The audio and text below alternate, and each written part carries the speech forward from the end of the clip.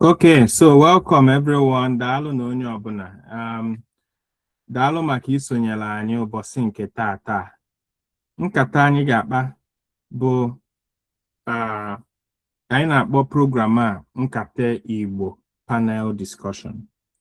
And this Nkata Igbo panel discussion is organized by Nkata Igbo Media and Editorial with the intention of promoting Igbo language, values, and culture, and bringing together our Igbo peoples, both in home and in diaspora.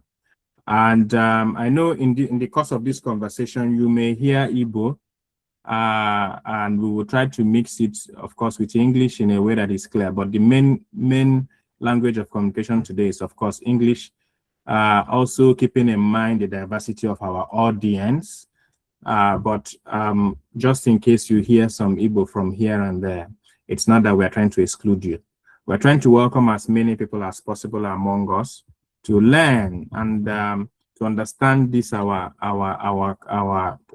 understand Igbo, this our tribe called Igbo, our culture, our language, and our way of life. And one of the ways we try to do this is to organize panel sections like this, where we interact with Igbos or people who have Igbo at their heart, on various topics relating to language, topics relating to values, topics relating to current affairs, and so on and so forth. So thank you so much for being with us today. This is our first edition. This program happens every month, every first Sunday of every month from 5 to 6:30 in this same means. So today we're going to be looking specially at the topic, keeping the Igbo language and values alive. Keeping the Igbo language and values alive. And I'll start by telling us that what does it truly mean to preserve a language? To preserve a language, it goes beyond speaking words. It's about preserving identity, passing on values, safeguarding culture, and ensuring that future generations remain connected to their roots. So language in this sense can now be understood as a conduit to passing down important values, safeguarding history, and then ensuring that human beings know their roots, because this is at the root of many psychological issues that we may also see today, both home and abroad. The Igbo language is more than just a means of communication. It is the heartbeat of our identity and the foundation of our rich cultural heritage. Yet, in an increasingly globalized world, preserving our language and values require intentional efforts from each one of us. So that is the opening statement. Thank you, for joining us. This is what we're going to be looking into in details. And we have a very, very exciting panel of people. So starting with, I'll introduce myself briefly. My name is Chigozie Nweke Eze, Dr. Chigozie Nweke Eze. I'm the founder of this organization. I have served as the head of secretariat for the World Igbo Conference, which is the largest global focused on Igbo heritage and culture and development. And I'm currently the head of planning secretariat for Igbo Cultural Village Complex, which is currently coming up in University of Nigeria, Nsukka, and also a research associate in the Center of Igbo Studies down there. So I'm actually a passionate when it comes to Igbo history, language, governance, and development. For our discussion today, we are very fortunate to have our keynote speaker, our amazing keynote speaker, which is Iyom Josephine Aneni, Adeza Kadiche Namobia. Iyom Josephine Aneni is a lawyer and a politician and human rights activist.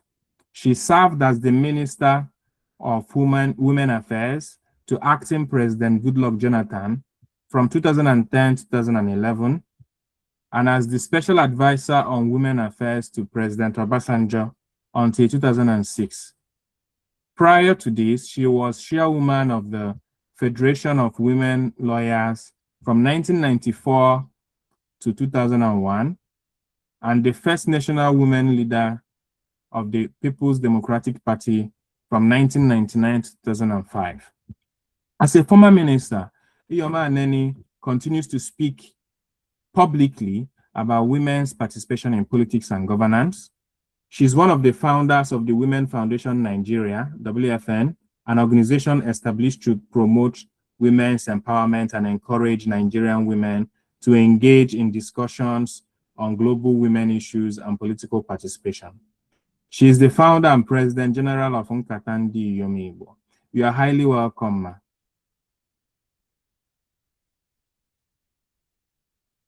Okay. Thank you very much, Chigozie, for this robust introduction. Yeah, thank you. Thank you. Yeah. You're welcome. Good evening, everybody on the call. I'm sorry my video cannot be on most of the time because I'm in Nigeria and I'm speaking from Nigeria. I don't know if I'm blackout. NEPA. Yeah. Ndị si Nigeria ọnụmanụ. So NEPA na-eme nke so I ga-manage na your Chineke now ka o mee amara ka anyị ghara ịdị interrupted na this webinar nọ ya. Fantastic initiative. We are talking about the Igbo language, and Chigozie akogola anyị that na we will speak in Igbo, but we speak mostly in English because some of the people here are Igbo people, but they don't speak Igbo and they don't understand Igbo. And like me, who cannot write Igbo, but I speak Igbo. So we use the English language for most of the things we want to do. So I want to start by, first of all, thanking Chigozie for inviting me to this Nkata Igbo. When I got the invitation, I said to him, wow, it's like two hearts are beating like one. Nkata Igbo, is doing exactly what Nkata Igbo name. Preserving our language, encouraging our generations to speak Igbo language, so that the prophecy, would I say prophecy or what, that people have prophesied that very soon the Igbo language will become extinct. It's become like Latin that nobody speaks anymore. And we said, no, not under our watch. We do what we can to encourage people to preserve the Igbo language. Because the truth is that people's culture are embedded in their language. If you don't have a language, you can say you don't have a culture anymore, because you cannot transmit the things that make you who you are in another man's language. Your worldview, your philosophy of life, the way you think is different from every other person, and it's only your language that can carry it and transmit it and explain it. So if we don't have the Igbo language, we mean that the Igbo culture has gone. Our worldview, our perspectives on life, we can't express them anymore. And we cannot find ourselves. Your language makes you who you are. And people who understand it hold on to it.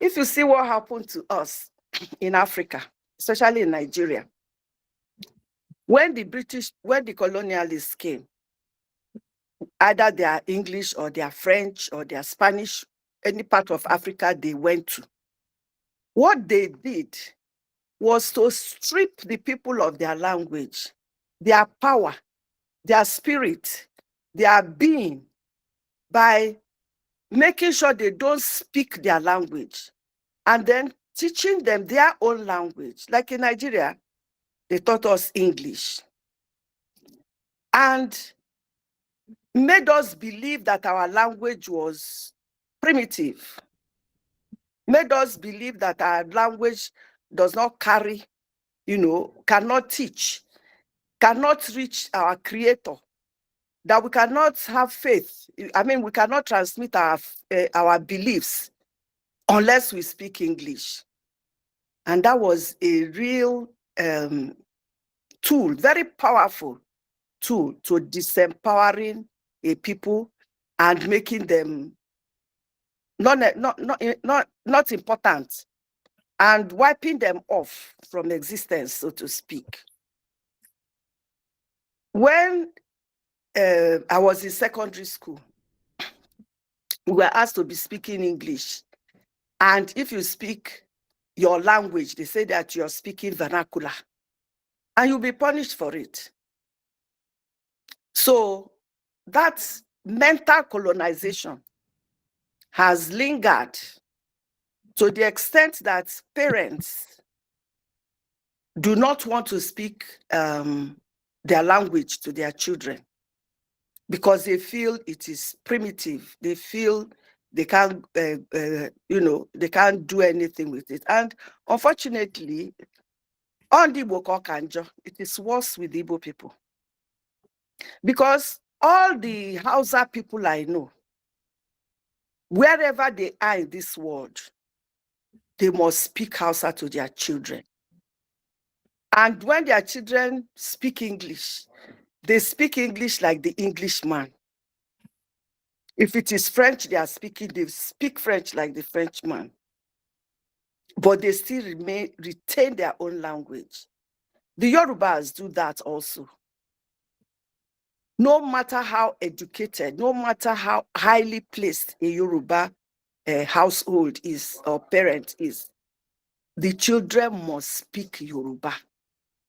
because it is in that their Yoruba, in that their language, that they teach their children learn what makes them Yoruba, or what makes them Hausa, or what makes them Igbo. It is in your language.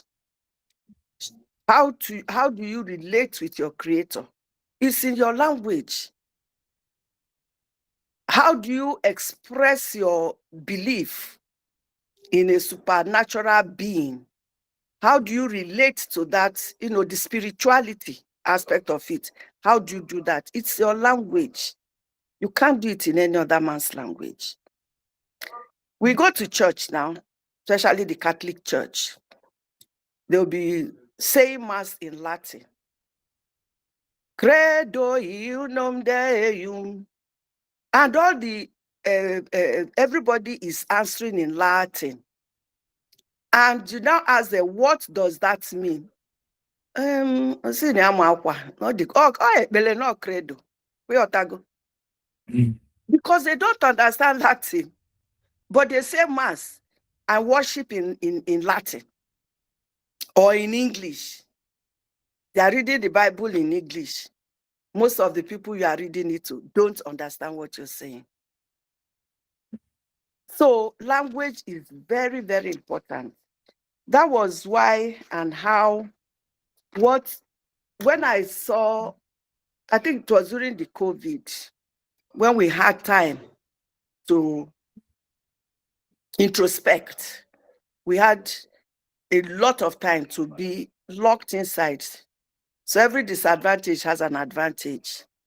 We were locked down and people had time to think about their lives, to introspect, to commune with their being, instead of the rat race running up and down, no time, There was nowhere to run to, nowhere to travel to, nowhere to go to.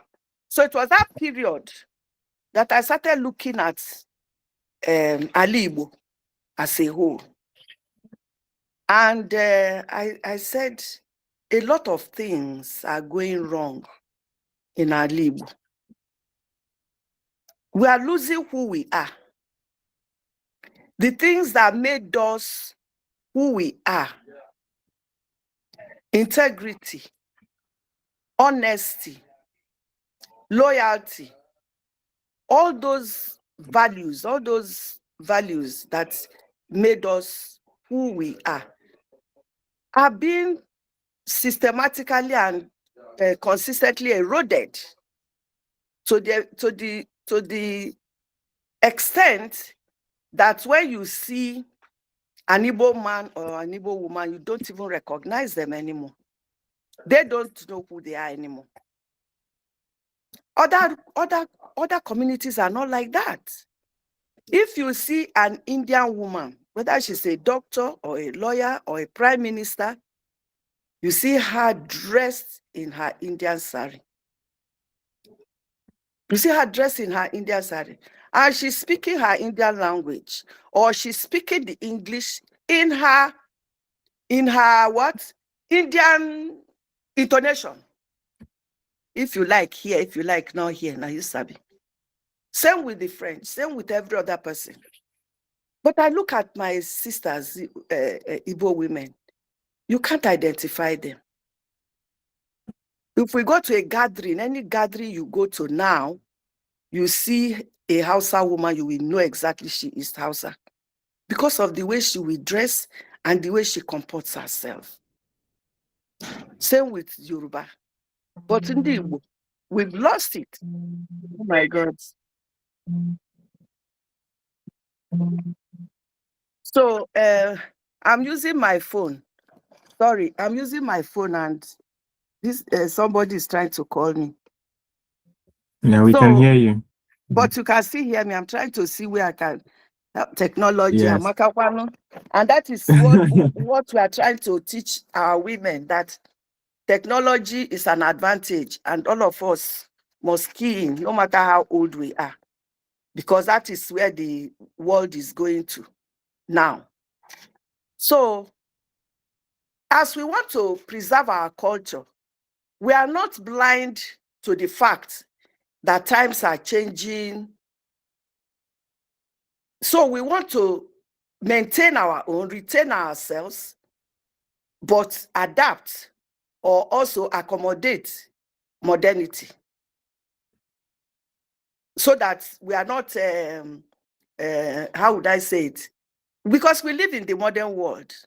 So how do we embrace the new changes while retaining who we are without losing ourselves? That is why I formed the Nkata Igbo. Can us women come together in a round table and discuss these issues and find solutions? How do we go forward? How do we move forward?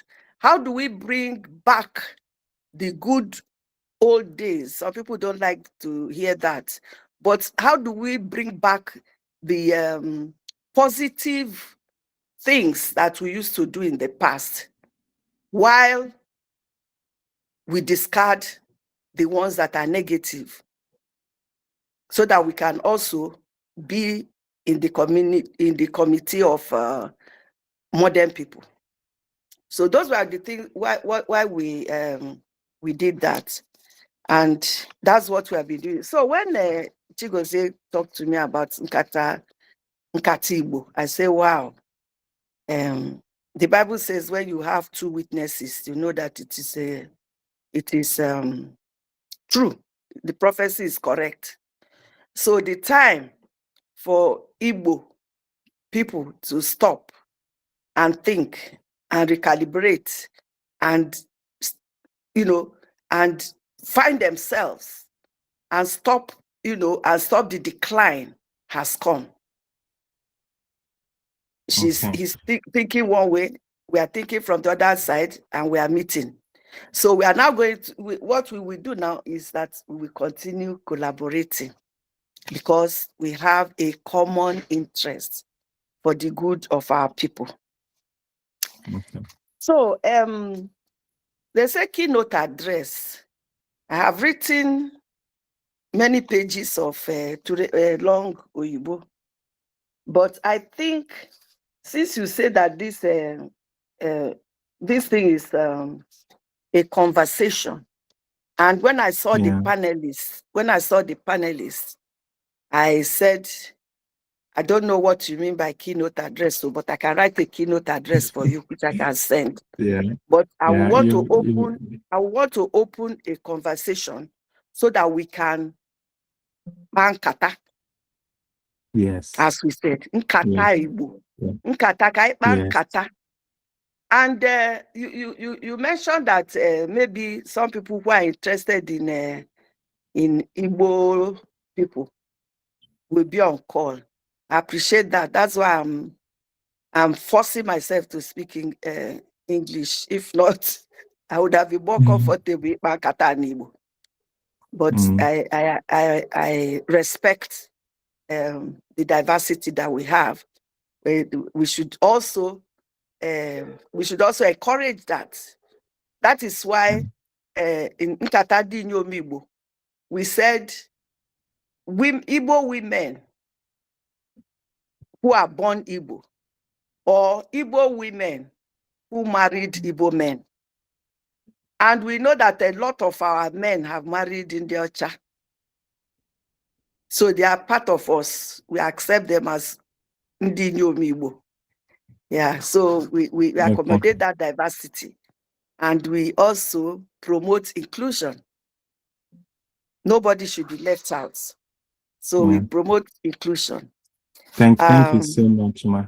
Yes. Yeah, thank you so much. That was a very nice, So, but I have a beautiful written address, which I can post to you. I think you've already. Okay. You can do that. I can post to. Yes, I can post it to you so that you can put it in your archives. But what I just did now is like opening the discussion. Yes, opening the discussion, heart to heart. And to also tell you that, I am so happy that you started this conversation. So there's hope. Igbo ama ananata.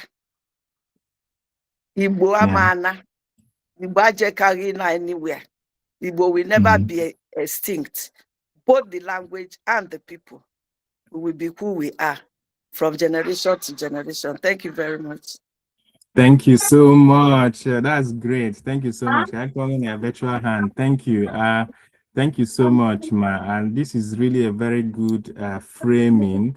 And in fact, I prefer notice we know freely from your heart. You really touched on a lot of things. You touched very much on the issue of the importance of language, the importance of values, Igbo values that are often now forgotten: integrity, honesty, loyalty, identifying the Igbos. I mean, if someone sees you without talking to you, would they be able to know through your actions and words that you are from Igbo? So thank you so much for that great opening speech, Iyom Josephine Aneni. Thank you. So I will now go straight to the panel to also introduce the panelists. We happen to have a very nice array of panelists, mostly young and pursuing what we are doing, and they are very key to what we are also doing at Nkata Igbo Media and Editorials. They serve as director or a head of a section in what we do, because in Nkata Igbo we organize conversations like this, but we have also a section where we do writing, research into Igbo affairs. We also have a section where we teach Igbo language. So we do a number of activities. So this is one of it. This panel discussion series is one of it. So I will start by introducing the rest of the panelists, and as I do, I know that they would unmute themselves and greet us very briefly before we go into the discussion. So I'll start with Chima Nwoke. Chima Nwoke is the director of media at Nkata Igbo Media and Editorials. He is the author of the book Amechi: The Past, the Present, and Tomorrow, and also the co-founder of Dinta Media, a production company dedicated to telling the best stories of Africans and Africa. His work cuts across different media such as photography, graphic design, user experience design, writing, and filmmaking. Chima currently lives in Essen, Germany. You are highly welcome, Chima. Okay. Thank you very much, Chigozie, and welcome to everyone here. We're really happy to have everyone, and we hope this conversation is going to be a successful one and a fruitful one.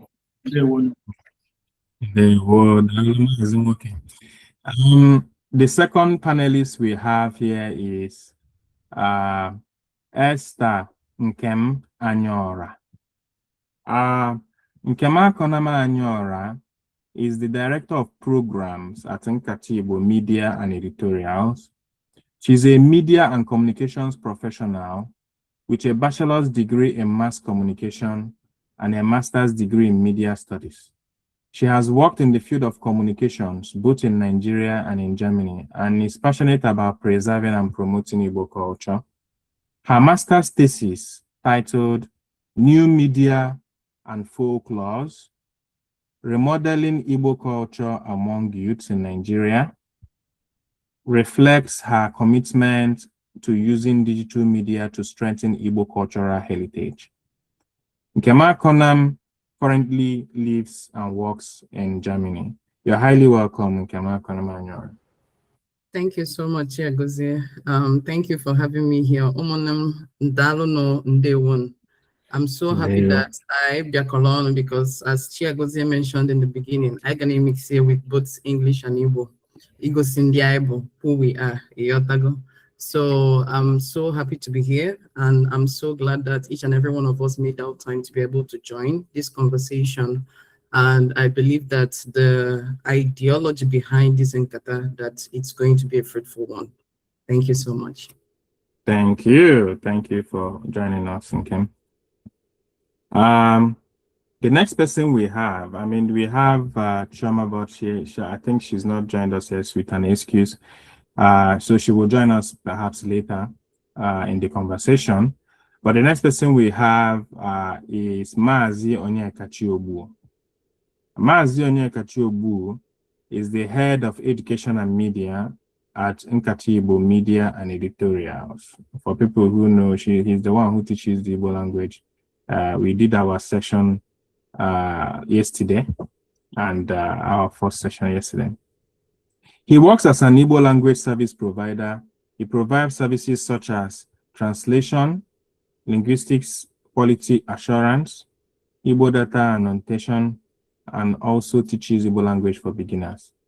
He is the organizing committee chair for Nigerian Languages Data C-Tech Science Tech Conference. Thank you for joining us today, Onyekachi Igbo.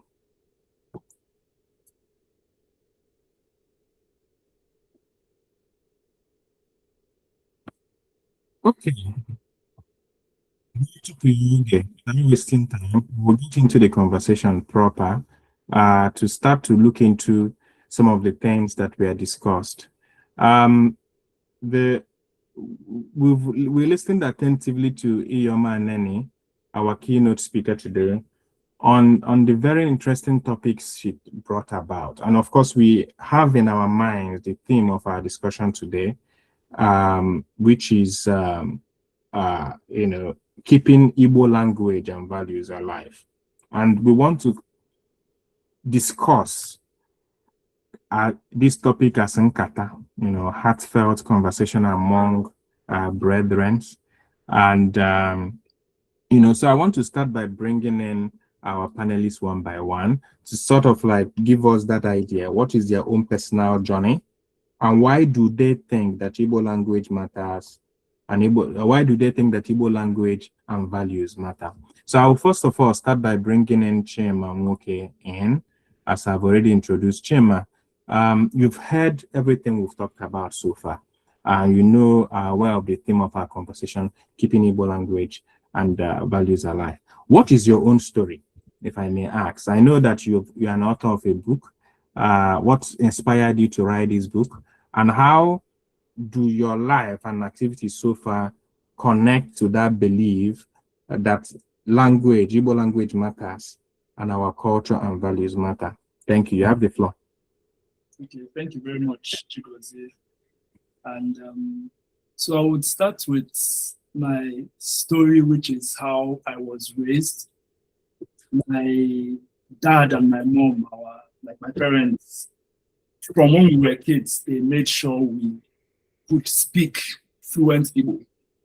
We grew up in Nsukka, University of Nigeria, in Nsukka, and even though it was a university environment, we were all supposed to, be speaking English. Everyone was supposed to be speaking, this proper English, but at home, we were all speaking Igbo.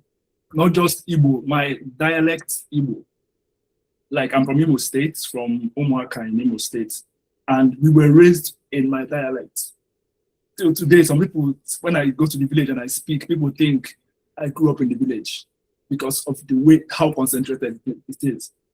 Yeah.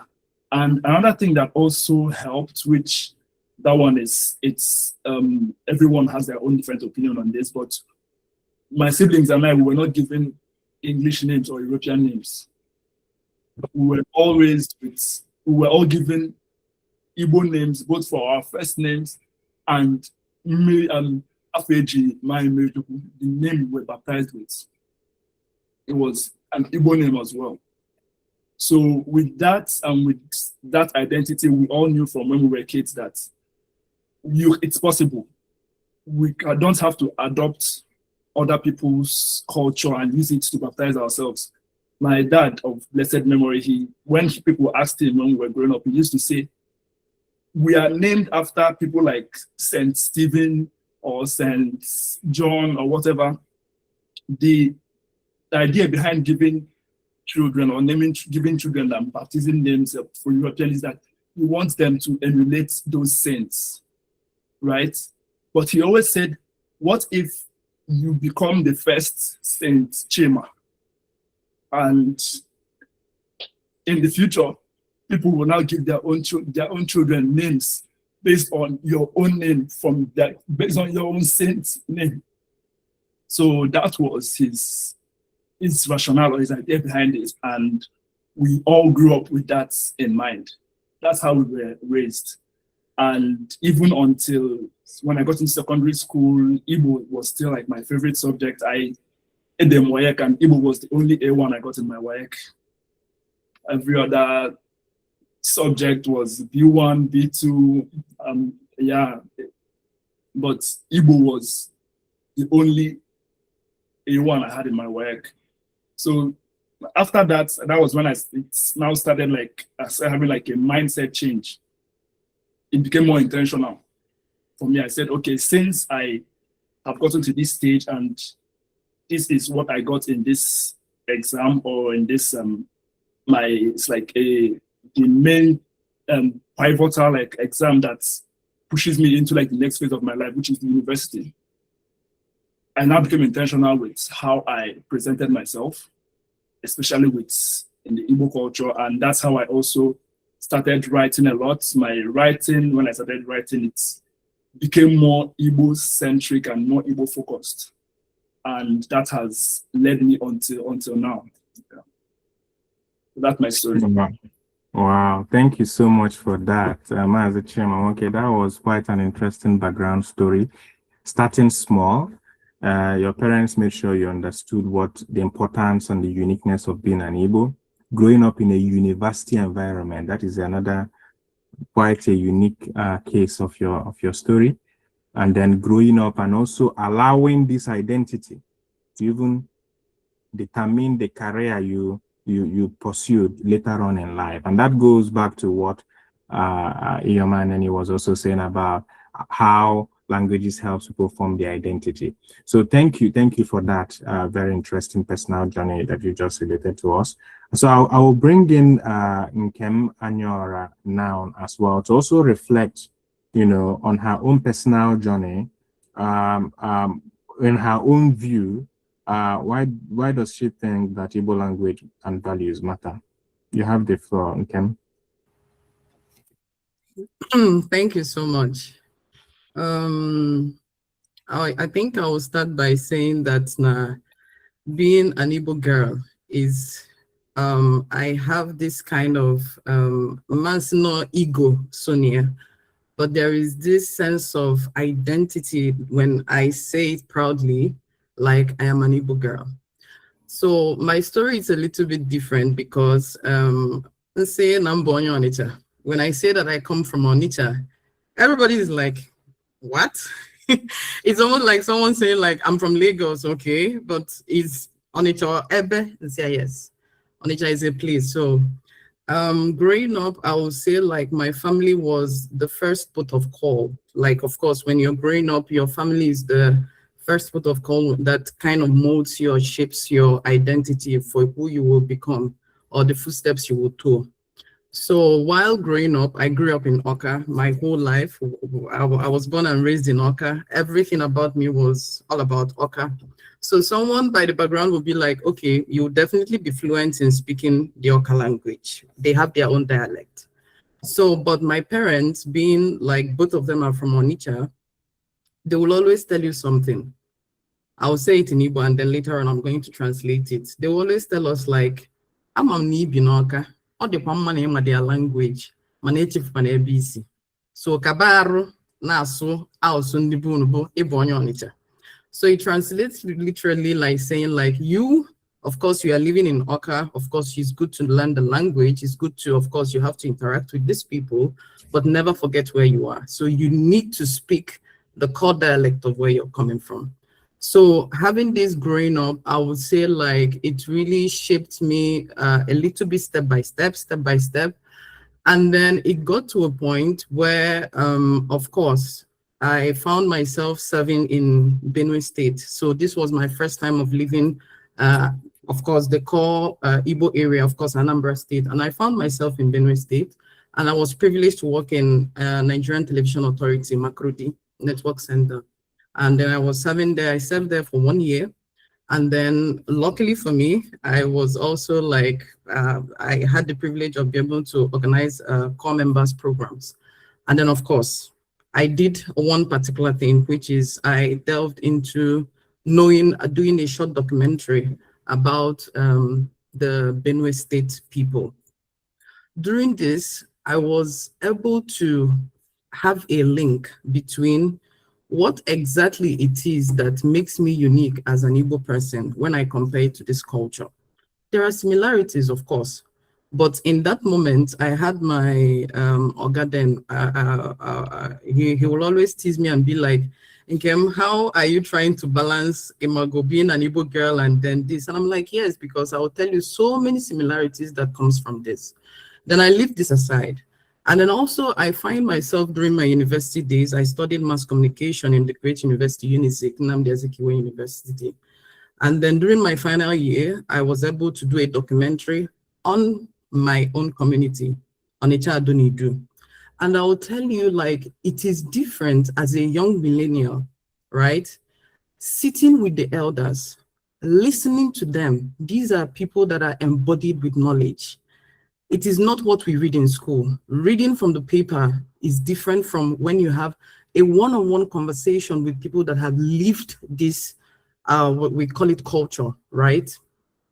And then after that, I will tell you, like, these are what kind of shaped me in telling and beating my chest and being like, okay, I am really proud to be an Igbo person. We have a very good story. The question here is, how do we live out these stories? Iyoma, her opening speech was the best, because from there you will pick out so many questions that keep on ringing bells at the back of our mind as a youth, because of course we are the future generation of tomorrow. And then the question now comes in, how do we live out our culture, our language? How do we make it not to go into extinction? And then of course, the last but not the least is the core phase of me being so proud about this was finding myself here in Germany. I'll use the word Abiam na benwanyocha. Wefuna and obro just anyhow benwanyocha. All benwanyocha bala sunimi nimi obro Igbo nke emela colonization with mba. Nke abu eso kateko konisi sembala nke akale. So I found myself here. And then probably in the course of our conversation, I will delve more into this. So I read media and communications / cultural studies here in Germany, my master's. And then it was all about having a close, how do you place a relationship with the new media? Of course, this is what we find ourselves with, the new media and of course, culture. Everybody, it was a diverse class, people coming from Spain, from Germany, from different parts. So of course, I'm from Nigeria. So, and I told myself, like, I have the privilege to write something really encompassing about Nigeria, but I think it's a privilege and an honor for me to use this avenue to talk about very well about my culture. So what I thought about in my master's, as written here, was how do I use the new media as a tool to be able to foster our culture among youths in Nigeria? So with that, I was so delighted on the day of my master's thesis defense. And I gave both my supervisors and of course the audience that was around that time, I tried to explain to them in details where I come from, because we have our own identity. So without taking much time, I think this is a little bit of journey of what I will try to tell you that kind of gives me the joy and the happiness to be able to say that I am a proud Igbo girl. Thank you so much. Wow, that is a great story. Thank you so much for sharing that with us. Wow, that's good. How she has used education as a means to even foster, her identity. She chose to do her bachelor's thesis about people in their own town, and was able to go down there and talk to so many elders. And this helped her build her confidence to be a proud Igbo girl. And then as she came to diaspora, she also made sure she wrote her thesis again on the same theme of Igbo people, and now focusing on youths. So I think this speaks to what we are talking about, that the more one knows where they are from, their roots, their language, and their culture, the more confident they are as well as to who they are and identity. And I think that is really a very good personal story. Thank you so much for sharing that. I would also right now bring in Maazi Onyekachi Ogbu into this conversation. Maazi Onyekachi Ogbu, I mean, I know, we want to hear your personal story. What is the connection there for you? About when we talk about Igbo language, talk about Igbo values promotion. What is your personal story? You have the floor. Okay, Valerie, please confirm that I'm audible. Yes, you are. Thank you. I know Niger. I know Nigeria. Let's talk now. So yeah, thank you for the privilege to share my own personal journey. For me, I grew up in a home where we speak Igbo. My parents would speak Igbo and would also speak in Soka to us. Though unfortunately, we only picked up Igbo, not on Soka, but we can fully understand both, but we could only confidently speak Igbo too, right? And through secondary school, Igbo was like the only subject I can say that, if I enter the class, I come out very happy. Like, so easy to understand. Everything was easy for me, right? And just like Chima also said, it was also my A in my WAEC. So in addition to civic, I just had 2 A's in WAEC. And to me, Igbo, I just knew it was going to be a breeze for me. But even at that, I wasn't really someone who advocated for, Igbo language, culture. I didn't really see from that perspective. I didn't even know that it was something that was necessary. Okay, I mean, considering the generation I grew up from, everyone just wanted to, do things the way foreign people. Everyone wanted to sing foreign one way or another. So, but then I knew that I couldn't speak English properly. Okay, so I remember my friends would laugh. You speak Igbo too much. You can't even speak English confidently. So, but then it's surprising that today I'm now the one teaching some of those people Igbo, trying to like connect them to Igbo services. But then the turning point for me was, I would say my 200 level. I think towards the end of my 200 level, one of my cousins posted a call for translators on the family group chats and was like, if you know Igbo, sign up for this. There's a project coming up, And my sister and I were like, we speak Igbo, like they say we're Igbo. Maybe we should just give this a shot, just for the fun of it. We didn't even know that there was like translation is like a whole industry on its own where people actually even make money, delivering Igbo language services. So we signed up, we took the test, we passed, before they even let us know that, okay, there's a payment involved. Well, easy money. So, but then, even though we knew how to speak Igbo, little did we know that we had no knowledge of Igbo grammar. So speaking Igbo is one thing, but Igbo language even has its own rules, just like every other language. It has grammar rules. It has a way of writing it, and translation is one service that you need to not just know how to speak, because most of the work you have to do, you don't even need to be speaking to anybody. Everything has to do with text. Okay, you see the English, you write it in Igbo. So you have to learn grammar. You have to also master the writing system too. So I had to start from the beginning to start going through my Igbo textbooks from junior secondary school, start, learning Igbo all over again. And sometimes if you don't go through Igbo texts, you don't read Igbo novels, you don't read Igbo research work, you will not even know that there's a whole lot about your language that you do not know. Okay, because in the university I was studying zoology and environmental biology, which was something I wanted to study because I love animals. But then when I stumbled on this translation project, it kind of started shifting my perspective a little bit, because I started seeing so much about our language and our culture that, a lot of people are not even paying attention to. Okay, I knew that 5 years ago, there were no there weren't much platforms like this where you come to discuss about the Igbo language and culture. There wasn't even that drive for people to learn their language. A lot of parents were putting in so much effort to, raise their children in English because like that was the trendy thing. They say that they will say that your child, stands out in school if they can speak English confidently. Parents used to brag about that during presentations in church or family events. They often bring their child to do English presentations. So I started saying these things. I'm like, I need to get involved. Apart from the fact that getting involved in language services helped me through school, helped me stand as an individual. The whole not being financially dependent on your parents and things like that. Outside that, I started seeing a whole lot of things about our language and culture that a lot of us are not even paying attention to, and that is promoting our language and culture. And then I also saw that speaking our language is one of the most important ways by which we can push this. Okay, so if we keep on bearing only English names, pushing our English names, feeling like our Igbo names, oh my God, hey, I'm pronouncing me up, and you're like, since they cannot pronounce my Igbo name, let me just be giving people my English name. That action alone, you don't even know how much of your identity you've covered, like you've prevented from the world to see.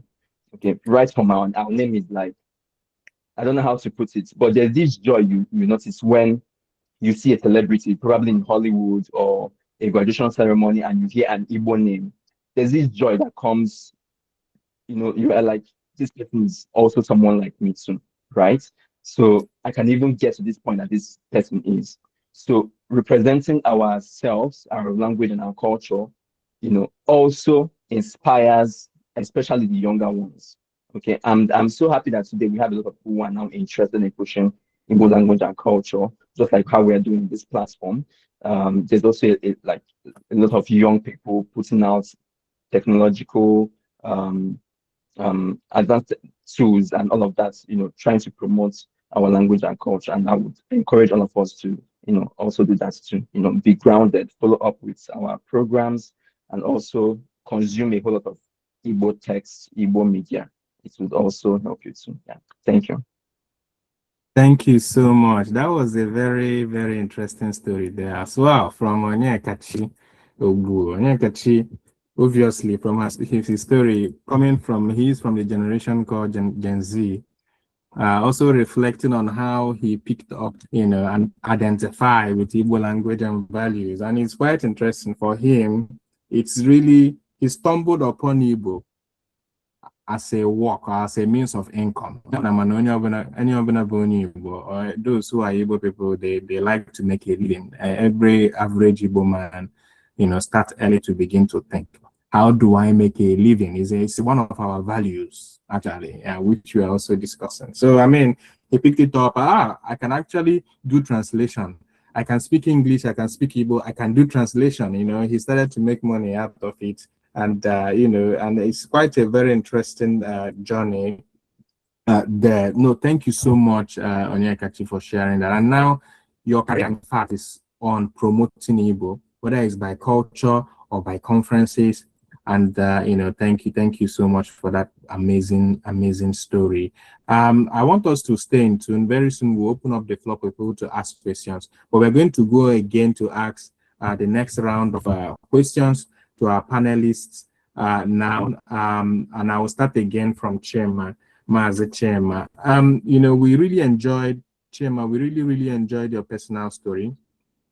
Growing up in a university environment and, really allowing the language itself to shape your future career. You're an author, and so on and so forth, and you allow your expertise, which is actually media, graphics, to inform, and even filmmaking to inform, how you promote, the Igbo language in general. Looking at all these things, right? So, what challenges do you think that we face so far in terms of, promoting Igbo language and values? What challenges do we face so far? And how can some of these challenges begin to be solved? You know, of course, we have education and communities, we have schools, we have churches, we also have technologies and social media. What challenges do you see exist, which may be the reason why, you know, it seems as if we are losing the ground, and what opportunities are there that we can leverage to actually begin to do something right? Thank you. Thank you very much, Chiagozie, and thank you to Nkema and Omekachi for the really inspiring stories. I've also learned a lot. So the first challenge I would say we have is the mindset challenge.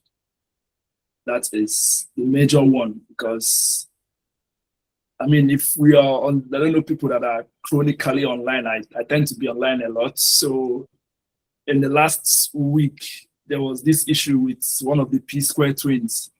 I don't know if anyone saw it, where he posted a video of his children speaking French, I think. And he said he wants to buy a house. The way his children are speaking French, he wants to buy a house in Paris. Posted it on Twitter. And someone replied, "That's good, but do they speak Igbo?" And he replied to them, "Who Nigerian languages help?" So it was like pardon my French, it was a shitstorm. Like, people dragged him by every part of the body that I cannot even mention here. But it was a lot. So it's these kinds of mindset that hinder our growth as Igbo people, because we would put more preference and we put it as a priority that other people's languages, European languages, are more important than our own. So a lot of people, you want your children to be fluent in Spanish. Some people go as far as teaching their children. In Nigeria, your children are learning Portuguese, are learning Chinese. But those same children cannot speak Igbo fluently. So with these things, it's inferiority complex. That is the thing, inferiority complex. You feel every other person's language, every other person's culture is better than your own. So that is, for me, I think I said it's the first, but I think it's the main one, and it's probably the only one I would say for me. That is, if we can, first of all, fix that mindset. Yes, we know that on the international scene, like in the international scene, on the hierarchy of languages, Igbo might not really place very high. If you're talking about maybe business, for example, English is the language of the world, like in tech, for example, everyone speaks English, everyone should learn to speak English no matter where you come from. We would say, for example, French comes second. Other people should learn, speak other language, that is fine. But your own language, which is your identity, you don't have any other identity in this world. No matter how much languages you learn every language in this world, wherever you can speak 50 languages, 100 languages, if there are as that many as you can learn. But if you don't know your language, which is where you come from, you are disabled. It's like a disability. So you should learn, first of all, your own language. Teach your children your own language. Start there. And from there, whenever any other language they want to learn, it's a bonus, it's a plus. Yeah. So yeah, thank you very much. That's no, that's great. Thank you. That's an admonition and a lot of advice on what you just said. No, thank you for that. I know we are rounding up, and we're also going to open the floor for people to ask questions after this round of questions. But thank you for that. That is really good. Mindset shift. Inferiority complex. You mentioned a number of things, the challenges there, and all. You talked really passionately. Thank you for that. I also bring in Nkema Konam to reflect on these. What do you think is the challenge? What is holding us back, in promoting language and culture? And is there any way, education, community, technology, social media, that things can begin to change? Thank you. Okay, thank you so much for this opportunity again. I'll say first of all, thank you, Chima, because it might be just so to say a particular language that we'll use, but it encompasses a lot of challenges that we face here. So, and I can only say, like, I will add up to what you said. So, in my own point of view, I would say, like, putting ourselves in, I'll still use myself as an example because we are the millennials. So, Imago, when you find yourself in a different phase and then you find yourself in a new phase, so there is this dilemma that comes into the human being as with the self. So you struggle a lot to be able to measure up with all these new, I would say, external factors that are coming in. So being saying that, I would say that in terms of these factors, I was, of course, we'll mention about globalization, we mention about urbanization, because now, Nigeria or village. No, we don't have village anymore. It's even in the villages, we now have urbanization. You see all of these new, everybody wants to be modern, the modern way, right? So, which of course is a good thing, modernization, of course, the world is growing. But based on Ifechi Makulu, which is, in as much as the world, we are going into a global, we are already a global village. I will not say we are going into, we're already a global village. So how do we now measure up these two identity crises that we are having? Of course, when you come to our schools now, we start from the secondary schools with the primary schools. When you speak Igbo, upper vernacular, they will flog you. They will give you punishment. In my school, you will go and cut grass. Yeah, just why if you see if you're under the sun. In Igbo, if any. But at the end of the day, we still want to speak Imago. Let's bring up our culture. We're always there to cry that our culture is dying off. But these are the things that build up the core of a child or a person. Of course, we have the family. The family is the first set. So Chima has already dealt with the family aspect. Now we come into the society. The next is school. So now in the school where we in Anambra State, so to say, where I grew up in, let me speak the Igbo. I want to learn. I want to, you know, feel free to be able to speak it. And then someone is telling you, oh, it's vernacular, right? And then from there, you finish school. You find yourself, of course, moving away, maybe for people that grew up in maybe a less condensed area. And then you're like, okay, urbanization moves you to the big city. Let's say you find yourself in Lagos. It is a very big city. It is a diverse place. You cannot be able to speak your language anymore. So you see the challenges that it continues like a scale and it continues to go. And then if you're more privileged, for us that also are privileged to find ourselves in diaspora, and not just in diaspora, but in a place where you also have to learn the culture and the language of where you are to be able to fit in, the challenges continue to grow. And now you ask yourself the question, at this point, I can't speak, right? And then you can't speak, you have your, maybe your parents trying to tell you like, Subo Igbo is the best, so you see that it is a continuous regression graph that where you see that, my dear, it is a very big challenge, right? So, but in all these challenges, I kind of see a little bit of light in it, which must say that if I am now, what we are doing, particularly right here, is now trying to inculcate the modern world into our culture. Now we are all of us here, we're on Google Meet, right? Everybody's speaking, we are trying to, you know, discuss, have this conversation. We are using the tool, which is the new media. So if you want to say, like, of course, the new media, when you want to speak about it, it's just about, like, you can say they are like digitalized tools that we use now. Of course, modern way I'm radio, okay? I'm radio, television, of course. But in Kabuz, you are delving into a different place, but this is like you're sitting at home to take in whatever you have. So Mbine, so I'm with Tales of Moonlight, you just listen and imago, you are seeing it, they are giving it to you. But now we have the new media, which is if I am Nkata Google, we have our Facebook, we have the social media handles, right? Of course, we spend hours on this place. And then since we spend hours in this place, now it is left for us to be able to harness the advantage of using this tool to be able to foster what we are doing, right? So for me, in as much as yes, well, we'll continue to grow, the world will continue to be modern, okay? But in this modernization, we need to harness the tools that will be able to help us to be able to fix the challenges.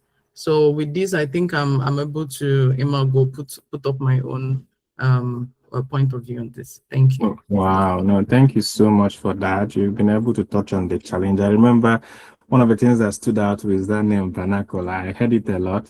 Also, growing up in secondary school, when you speak your local language, they call it vernacular, and reliable for punishment.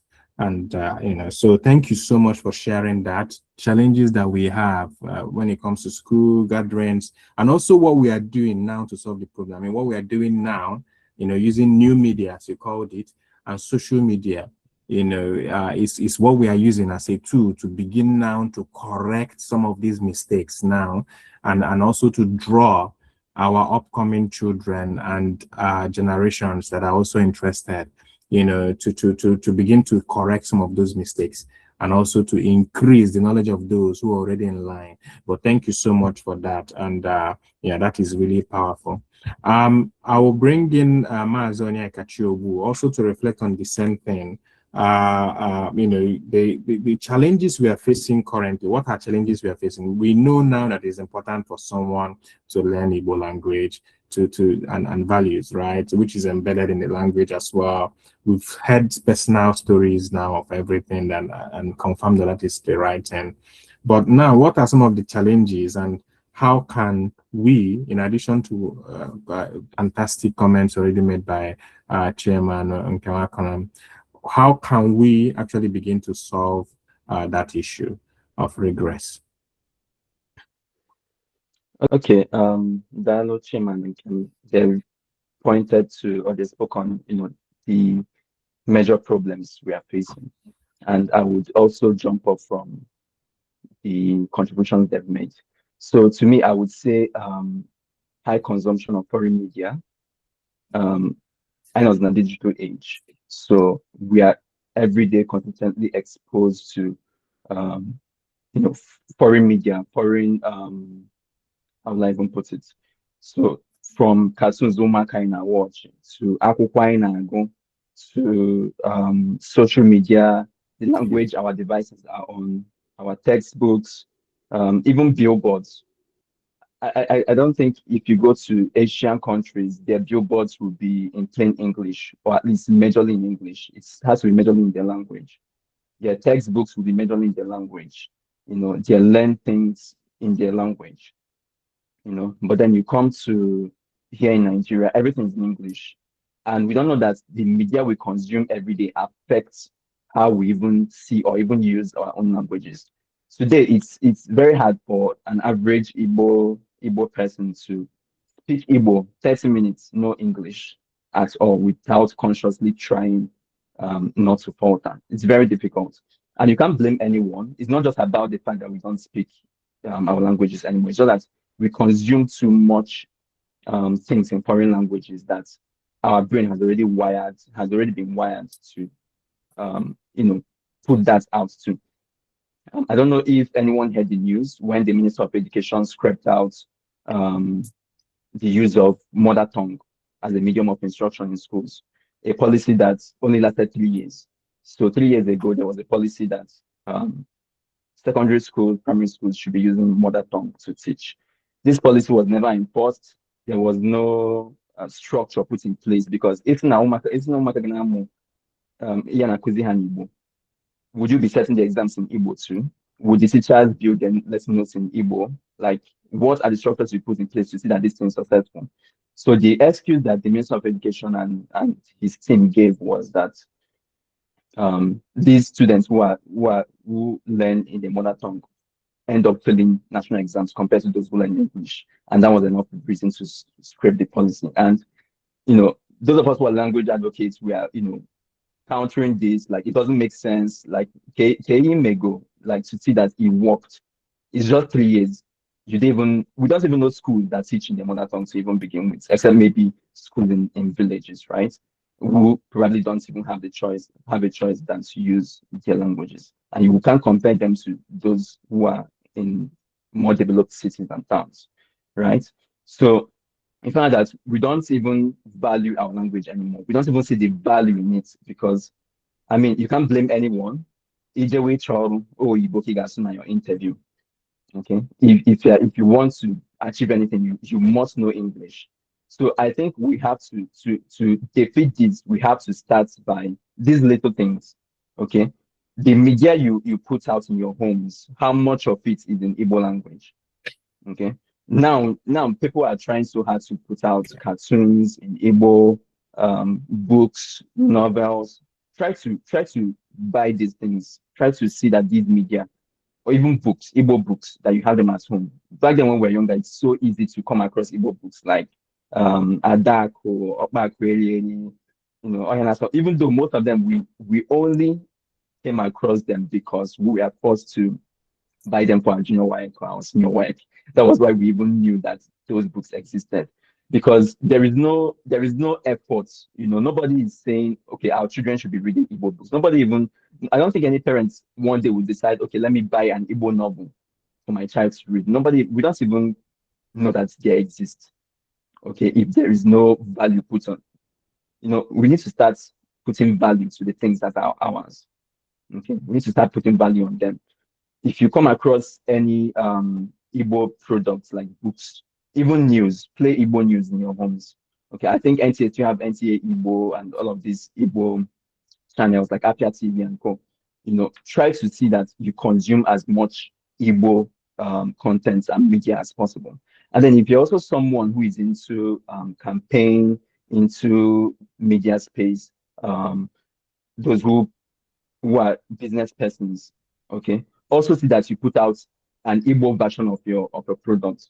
In all my years of language service, also on Dutch can okay, you see Chinese companies coming to contact you to translate their app, their websites in Igbo language, and you're wondering, like, is it that those of us here in Nigeria do not even value these things, and the Chinese person, a Chinese company, is now contracting you, paying you huge sums of money to have their products available in your own language? To me, it's a bit funny that our language is even much more valued. But we complain that that white people always try to take our language, to take our culture, but we don't even value it ourselves. We only complain when someone else tries to take over, right? Like I saw a video where in a Chinese university, like Chinese universities are now employing Yorubas, Hausas, and Igbo people to teach our own languages in their schools. Like if that's in class, I'll Sunday China, and now Igbo, and I'd say and you see, they're putting in so much effort because tomorrow they'll start putting out products which you will be paying money to buy. Something that is in your language, you are now going to be the one to pay money to buy those things because you are not paying attention. You're not putting any value to the things that that is yours. So if we don't start putting values on our languages,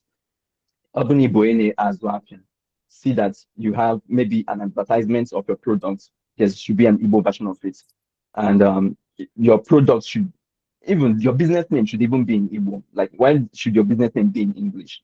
Don't pity white people, because when they give you their own version of their language, you will force yourself to learn it, but then you now hide yours because you want to pity them.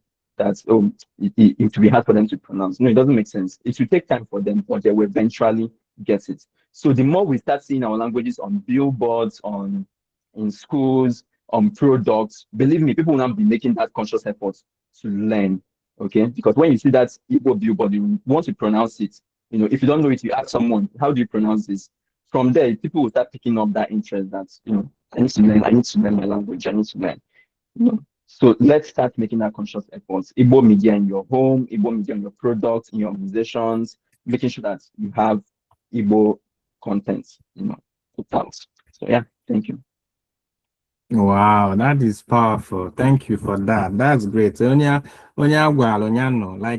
us, Ndi Igbo, we also need to be proud of our language ourselves and take the lead take the lead of that pride in the way we dress, in the way we set up our businesses. What names do they have? We need to value it. And you pointed out on so many areas that one could easily would not see. You know, things like billboard. Why would we come to Onitsha now and the billboard is in English? Does it mean that, I mean, almost everyone in Onitsha speaks Igbo, you know? We also talked about, the social media, the high consumption of media. You know, most of everything we consume is in English. So maybe we could also be consuming some of these things in Igbo. Reading novels. How many persons got a novel for their children on Igbo if they were not forced because of junior WAEC? I mean, this is very, very pertinent issues that one would not even think about that you just mentioned. No, that's great. I mean, and it goes now to tell us that, you know, someone can also succeed professionally in life speaking Igbo. You know, one can, because that misconception was always there that if I'm training my child in Igbo, my child may not do well in English and maths. You know, and it happened now that it is the opposite is the case. You know, because those people who now learn Igbo, you know, when they were growing up, their local language ended up doing even much more better professionally and in their public life. And I think that is an exchange and change in mindset, you know, that we are discussing. And that is the importance of this conversation we've had so far. And I just want to say thank you so much, you know, for all these inputs from our panelists. Now, I'm looking out for hands who will raise up their hands to contribute from the audience. We've been listening to our conversation so far. Do you have anything you want to add to it? Or do you have a question for clarification? I know there are many hands, but I will take it one by one. I will start with Ekezie Arenze. Ekezie Arenze, keep it short, 1 to 2 minutes. Thank you. Unmute yourself and ask. Introduce yourself and then ask the question.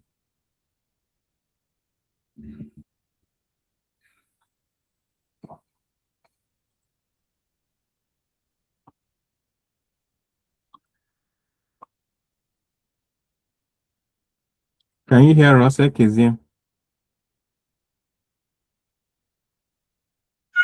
Hello? Yeah, we can hear you now. Go ahead. Okay. Daalụnụ. Ndị be anyị ekenekwa m. Ya, afọ mba Arinze Ekezie dịka unu si wee fụ ebe anụ. Na-atụfughị mgbe o bido m so ụtọ na atụmatụ ewepụtara ka enwe ike na-akparịta ụka dịka ndị Igbo anyị bụ. Ekene dịrị gị Maazị Chigozie then ndị na-akparịta dị nkata panelists dịka ndị oyibo si wee kwu daalụnụ. Mana ofu okwu ka m chọrọ ịtụtụ. Okwu m chọrọ ikwu bụ the topic ihe anyị ji wee mee isiokwu n'ụbọchị taa anụnwa bụ ihe a na-akpa dị nkata bụ ka anyị promote Igbo culture. Ka anyị promote Igbo culture. Now, ile anya n'ife a na-ekwu ifu na our discussion nkata anyị na-akpa ebe a is almost like 98% n'oyibo na bekee ka anyị na-akpa. Ndị bekee na-ekwu okwu si na charity begins at home. O nwere ka ọ dị na abịara ịkpa nkata Igbo, abịazie ebe a sị na na-akpa nkata Igbo anyị kwuezie sụba oyibo sụba bekee karịzie etu anyị si wee chi idozi asụsụ anyị. Echekwa m na anyị ka ebidogodu wee chịkọnata onwe anyị ọnụ chọọ etu esi wee nwee ike abịa na nkata ọ bụgodu na-enwelu ndị na-anaghị anụ asụsụ anyị. Anyị nọ na Germany, o nwere ka ị ga-esi wee bịa n'ebe a na-akparịta ụka German, ị bịa ebe afọ enwe ndị na-akpa nkata asụ na-asụ German, then oyibo abụrụ ihe eji wee melu nkata ebe afọ. O kwesịrị na-echiche obi nke m. So na ihe eji wee gbakwunyere okwu a na-ekwu bụ na ka anyị wee nwee ike fụ na asụsụ Igbo toro eto ma ọ bụ bawanye karịa etu o si wee dọkịta anụnwa, maka na ụmụazị anyị na-amụtasị n'ụbọchị taa anụnwa isi nwatakịrị ya na onwere ebe a na-akparịta ụka Igbo nne na nna ewe join ihe na this platform anyị na ebe a kịta ọ bụla oyibo ka a na-asụ eche m na onwe ka ọ ga-esi wee dị nwatakịrị a ama nwe mmasị iji wee si nọ nkata Igbo ma ọ na-epromote Igbo so iji gbakwunyere unu okwu ka anyị wee fụ na anyị fụ na-emere Igbo ka Igbo dị mma bụ na anyị ga-ebidogodu n'ime onwe anyị chịkọnata onwe anyị ọnụ fụ na ihe anyị na-eme ọ bụ n'Igbo ka anyị na-asụ ebidogodu n'asụsụ Igbo afụ first esidi ebe ahụ wee nwee ike wee bawanye mana ịsụba oyibo na 98% compare it with the topic anyị na-eme ebe anụnwa mụnwakwa na onwe m nwee ike na-asụ Igbo na-asụ oyibo mana ka ọ dị domicile 98% Igbo then onye ọbụla ewee nwezi ike wee na-enwe changes n'ihe ọhụrụ a na-eme ọnya bụ na anyị enwe mmasị n'asụsụ Igbo biko werukwanụ daalụ rinne ọkwa bụrụ ihe ikwuru adịrọ njọ and ihe ikwu anyị kpakwara ya ka nkata bifo anyị wee lọncha series a ịghọtago mana anyị ma ụma wee sị ka anyị mee ya ka onye ọbụla wee sonye anyị nwere a lot of programs anyị na-eme already ịghọtago anyị nwekwa nke anyị na-akụzi Igbo nwekwa ebe anyị na-akpa nkata sọsọ n'Igbo nwekwa ma nke anyị na-edeme n'Igbo ị na-anya na webụsaịtị anyị ya afụ a list of all the things we do, you know. So mana nke a kịta anụ anyị na-ekwu okwu bụ discussion series ịghọtago anyị chọrọ ime in such a way na anyị na-enwebe ndị ọbịa na-ajoin anyị ka onye ọbụla ka akarịcha onye ọbụla along ịghọtago so ọ maka ya ọ ka nke a si wee dị structure mana stay tuned na ama m na anyị enwe round table nke anyị eme sọsọ Igbo ama m na ihe alaike nke ahụ and ụmụ gị alaike nke ahụ and daalụ rinne o gosiri anyị na nke ahụ dị gị mkpa mana stay tuned anyị announce ya anyị announce ya isoro na nke ahụ mana nke a kịta a na-akpọ discussion series anyị mụma wee tinye otu a ka anyị nwee ike wee kpamuo ime some of ihe anyị nidere ịkpa ịghọtago make sure na ndị ọzọ niile gbara anyị okirikiri ma ndị nụrụ mmadụ ma ndị nụrụ nwunye ha anaghị asụ ma ndị na-amụ amụ ka anyị lara ịgụpụ ha maka anyị gụpụ ha anyị epezienu mpe ịghọtago so ka anyị lara ibido n'oge gụpụba ndị mmadụ mana anyị nwekwalụ round table anyị na-akpọ round table nke ahụ bụ sọsọ Igbo ka anyị na-asụ ebe a so stay tuned for that one mana thank you so much for pointing this out and jisikwa ike afọ m na ịbụkwa nwoke nwere mmasị ịkụziri ụmụ gị Igbo jisikwa ike na ya and stay tuned na webụsaịtị anyị na ihe ndị ọzọ ka ịfụkwa ebe ya na-amụkwa ya na-akụzikwala ụmụaka gị gbanyere ha na-amụ sọsọ nke Igbo thank you for that na-atụpụghị oge ọbụla m na-enyekwa floor now to Rosemary. Rosemary, please unmute yourself. Rosemary Casiobi Nwadike, because unmute yourself and contribute. Thank you.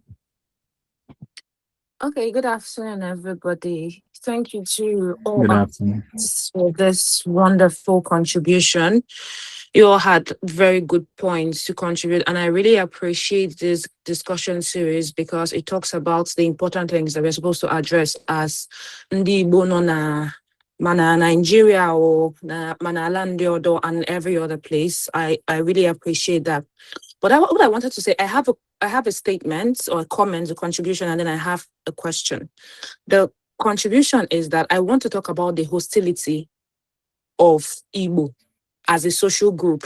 And what I mean by that is that there are some people, when the mother were massive, people want to learn Igbo, but then sometimes the social group of the Igbo people, they're not really supportive towards those people. And the reason why I say this is because as a child, when we were growing up, my dad wasn't really interested in teaching us Igbo until we grew up a little bit.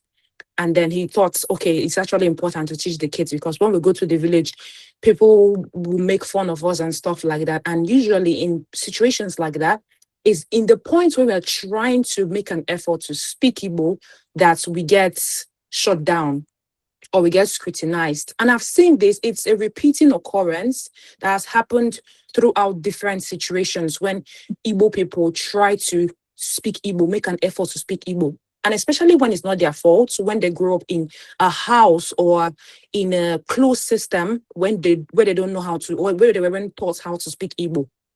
You come out, you want to speak something, and someone is making fun of you and saying, how is that supportive to the learner who wants to learn Igbo? Or someone makes a statement, says something in Igbo, and someone else says, you don't know how to even pronounce it. That's not how you pronounce it. You pronounce it this way. Now, in situations like this, does Igbo, as a social group, now referring to the people, does it become inclusive to people who want to be part of that society, or does it become exclusive to them? Because why are people trying to learn Igbo? People who weren't taught as kids trying to learn Igbo, and Giwa Mana, you know Igbo very well, Igbo experts in Igbo. You're telling that person, you're discouraging that person, telling them they don't know how to speak Igbo, that they speak it very weirdly. I found that as a problem growing up with people that were part of my cousins that knew how to speak Igbo, people in the village, and also people in the university system too, because I did my undergrad in the University of Nigeria. And I started learning. I knew how to speak Igbo for a while, but I was so insecure about speaking it because of this group of people that would always make fun of my Igbo and pick it apart. Until I got to realizing that Igbo Mnaso is not the Igbo is or whatever, that people try to also impose their own language onto others, their own dialects. For example, I'm going to use an experience and I'm going to round up very soon. In my language, a man is Nwoko, but speaking Nwoko for the first time outside as a student in University of Nigeria, there's this person that really shut me down and saying, oh, you don't know how to speak Igbo. How can Nwoko be man? That's not possible, whatever. It's something that also needs to be addressed in the Igbo climates about shutting down people who are actually trying to learn. That's one part of it. And the second part is the question that I have. I want to ask this question to the panelists. What do you think about this new globalization that has resulted to the variety of Igbo that is called Ndi Igbo, where people incorporate English words into Igbo vocabulary? For example, the popular ones are Alovronge and Kamodam and things like that. For me, I think it's actually eating into the purity or the authenticity of the Igbo language. But I want to know what the other panelists think about it, because this is something I've been grappling with as a scholar, as a researcher, and also just as an Igbo person. What do you, the panelists, think about that? Thank you. Wow, that is a very fantastic contribution coming from Rosemary Casio Bimwadike. So she talked about inclusivity, and that is exactly what I was explaining in the last answer I was giving. You know, interest how do we encourage them, you know, and make sure that everyone is inclusive? Even if mistakes were made in the beginning, it can still be corrected. It's not yet late. And that socialness of laughing at someone who is making an effort to correct a mistake is not encouraged. So that is a very good one. But the question you asked is a very good one, but I'm also looking at time. Most likely we would follow up with that in our chat. So if you look at our screen, you see that there's a QR code. If you scan it, you will enter into our discussion WhatsApp channel, where we will continue this conversation even after today, after this evening. But we are going to note down this question you asked, and I'm going to ask the panelists to begin to answer it in our WhatsApp chat. Maybe you can even put it down again there. But thank you so much for that. I just want to quickly, as we round up, we're already over time, but as we round up very quickly, I will ask very briefly Chita, Pascal, and Vivian to just one minute each, and then we will close. I know we started also 5 minutes later, so we'll close exactly in about that time as well, equivalent. So Chita, you have the floor quickly, 1 minute. Ndewo. I want to continue in the same way, because I came here quite early, you know, that we could speak so that people will understand, other people who are not Igbos. Yes, we know all these ills. We just had a workshop, train the trainers workshop, on how to awaken the Igbo language and also our values as Igbos. And everybody seems to know that these things are there. But how do we change the trajectory?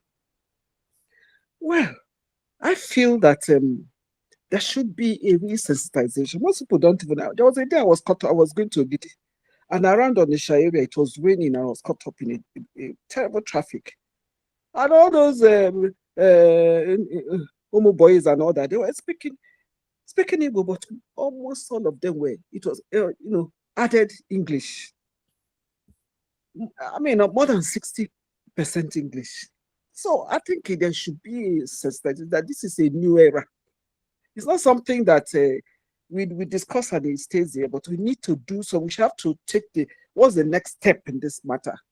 Well, we in Nkata Igbo, we are already taking a next step, and that is we created ambassadors that will go and train other people in different societies in the 7 Igbo speaking states to start with. You can't do all these things at once.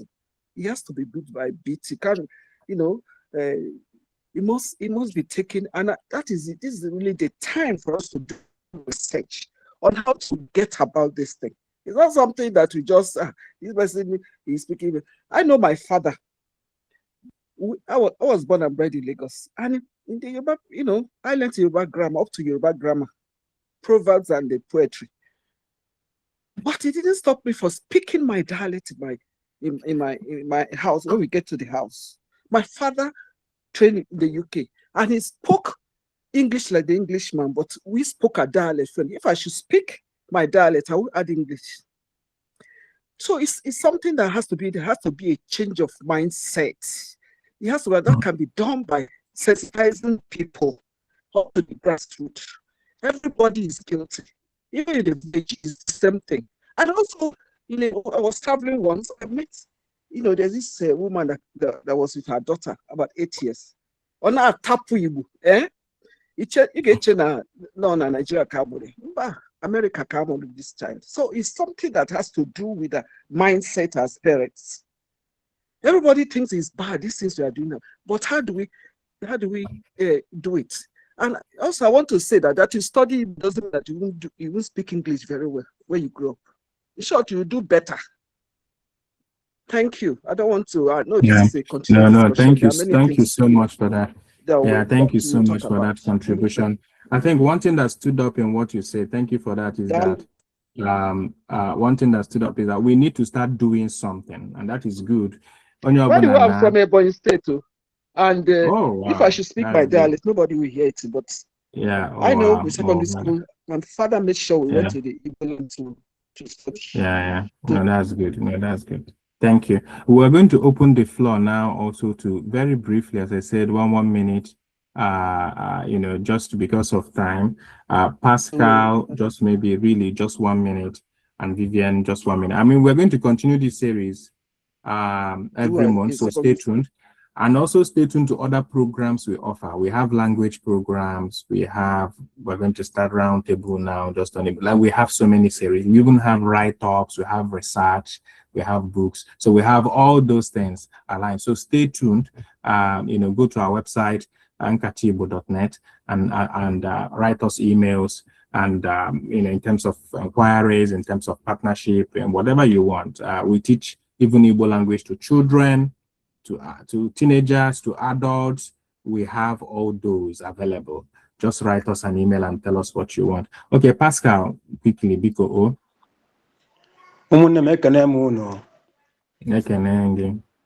Nkonye Chiyazelu. Ọ bụ iji gbakwunye ọnụ m na nke ụmụnne m Rosemary na Chita kwuru ihe gbasara Ingili Igbo anọ, mana dito na mụ na onwe m akwụkwọ na dito na mana ebe ọ bụ na anyị enwere ozi oge m ga-ahapụ ya ganye n'ọgbakọ ọzọ ka enwee ike wee tapịa ya ọ bụ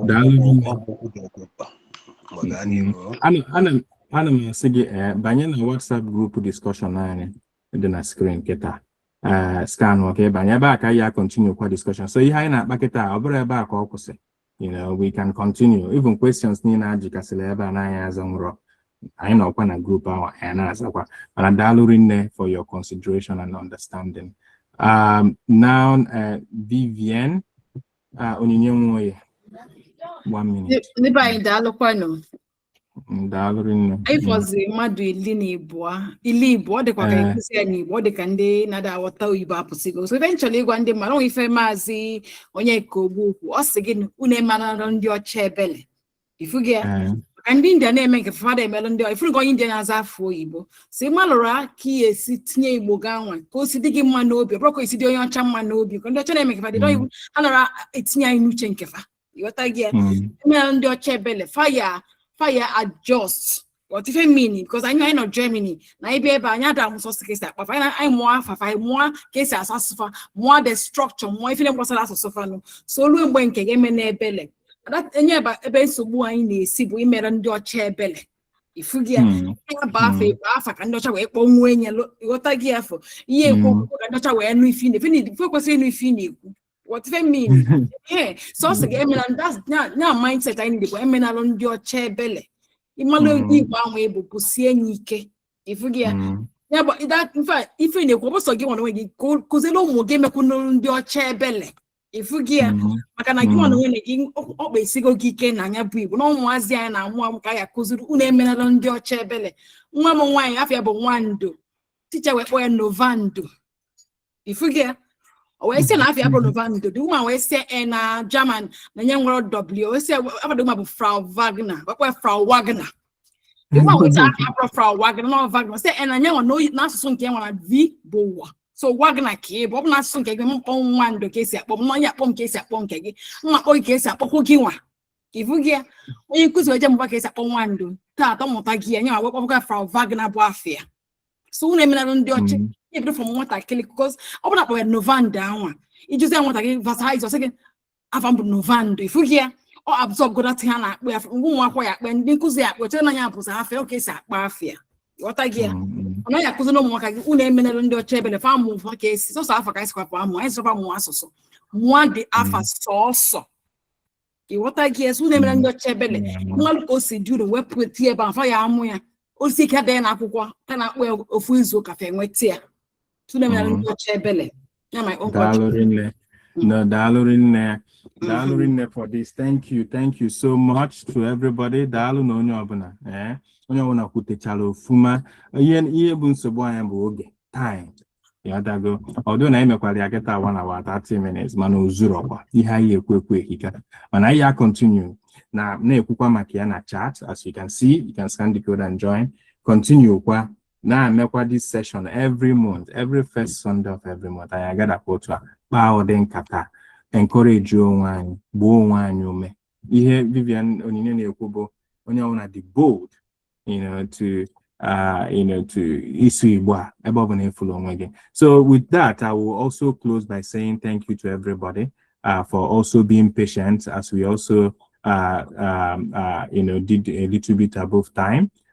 If you want to contact us, feel free to write us an email, show us your concerns, tell us what you want, what would you like to see in the future, ask us questions. What do we have? What offerings do we have? Do you want to learn Igbo language? Do you want to join our roundtable where we're speaking only Igbo?